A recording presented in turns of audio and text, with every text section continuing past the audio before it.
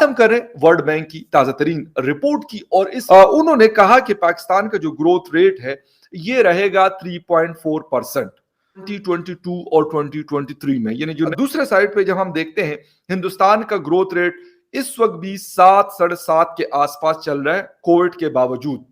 कि world bank ने कहा है कि इंडिया का जो ग्रोथ रेट है वो प्रोजेक्शन उसकी दी गई है 10%, 2022 में वो 10% तक जाएगी।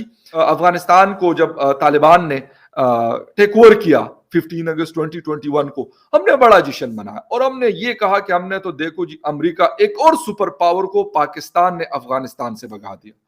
अमरीका ने कहा बेटा सही है, हम तो वहां से चले गए हैं, अपना सामान वामान जूता लेके चले गए, जो भी था फोर्सेस के लोग भी हमारे गए, हमारी जो स्टाफ मेंबर्स थे वो भी चले गए, लेकिन आप लोग अब क्या करेंगे?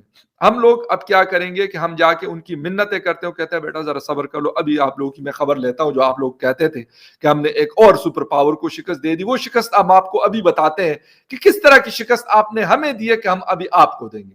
आप क्या करेंगे? आप चल रहे कर्जों के ऊपर, और वो भी आईएमएफ के कर्जों के ऊपर।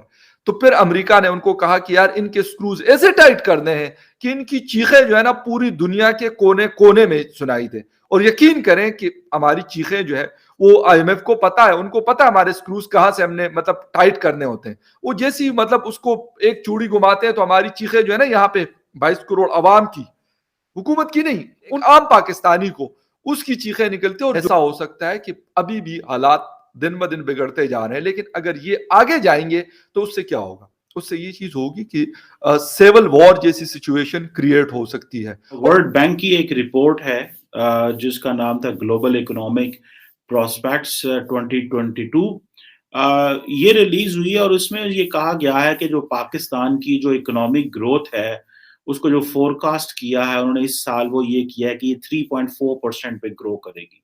60 ममालिक को ले लें तो श्रीलंका बस हमसे जो है वो अब मेरा 2 पॉइंट समथिंग पे ग्रो कर रहा है, ठीक है जी।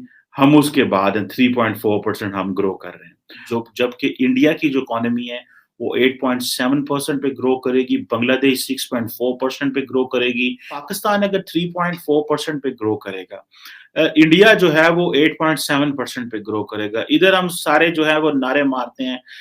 अब देखें ना, नेपाल, भूटान, बांग्लादेश और इंडिया खित्ते के वो ये ममालिक जिनको हम समझते हैं ये तो हमारे मुकाबले में है ही कुछ नहीं, एंड हम इनको लिफ्ट नहीं कराते। और हम इमरान खान की ट्वीट्स को कोई बंदा वैल्यू नहीं देगा। इमरान खान साहब जितनी मर्जी ट्वीट्स करते रहें, क्योंकि इंडियन इकोनॉमी जो है वो आपसे कई गुना मल्टीप्लाई पे ग्रो कर रही है। उनकी आबादी भी ज्यादा है और वो और ज्यादा ग्रो कर रहे हैं।